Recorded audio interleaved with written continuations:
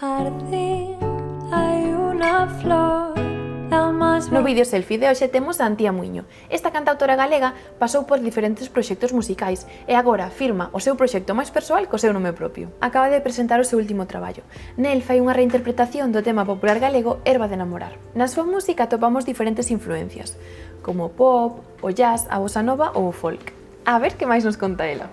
O meu proxecto definiríao como unha confluencia de diferentes músicas, diferentes estilos, nos que levo metida xa varios anos, non? Entón, busco o xeito de que todos esos estilos conflúan no meu xeito de cantar, no meu xeito de tocar a guitarra. Intento tamén que a parte instrumental teña importancia. Bueno, basicamente iso, hai moitos tipos, como decía, de músicas diferentes que me influen, como poden ser as músicas, a canción de autor por unha parte, porque polo simple feito de que cando compoño coa miña guitarra, porque é moi instrumento, non? Pero despois tamén están aí as músicas de raíz, non? As músicas de corte popular, desde a música tradicional de Latinoamérica ou a música tradicional galega, pasando pola bossa nova, polo jazz tamén. En todas elas intento sempre sacar a parte emocional, non? Cando toco, cando canto, sempre me gusta transmitir. A min, cando vou a un concerto, o que me gusta é ver e escoitar música que me emocione, que me mova algo dentro, que me diga algo. Entón eu trato de facer o mesmo tamén, tanto nos directos como nas grabacións. A importancia do galego neste proxecto é moita, porque a maior parte dos temas están escritos na miña lingua, no galego, e ademais tamén válome de poemas de diferentes autores e autoras galegas para musicalos, para poñerlles música.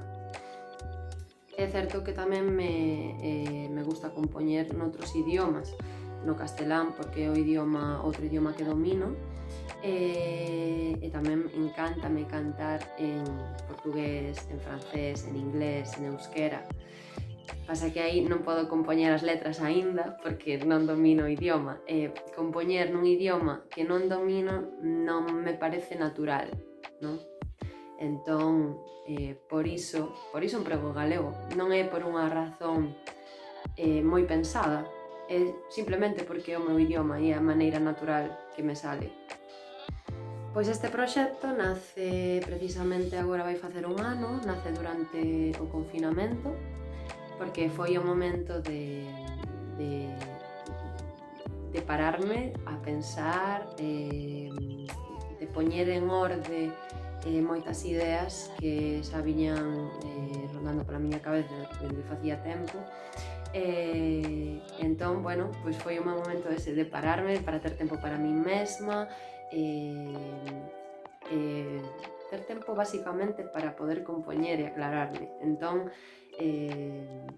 para min foi un momento bastante productivo porque a partir de aí naceu todo o que veu despois, que así, casi de sorpresa, viñeron bastantes concertos nunha época no ano pasado, na que casi non había. Foi como unha sorpresa total, todo naceu aí durante o confinamento. Dentro de 5 anos, véxome como agora, un pouco, véxome dentro da música, véxome seguindo facendo concertos, seguindo compoñendo. Gustaríame ter máis presencia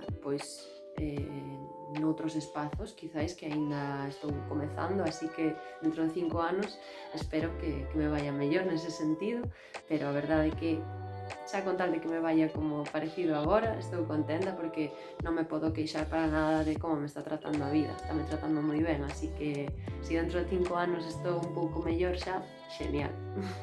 Teño unha herba de namorar, teño pensado que é unha faltriqueira hecha de poñer.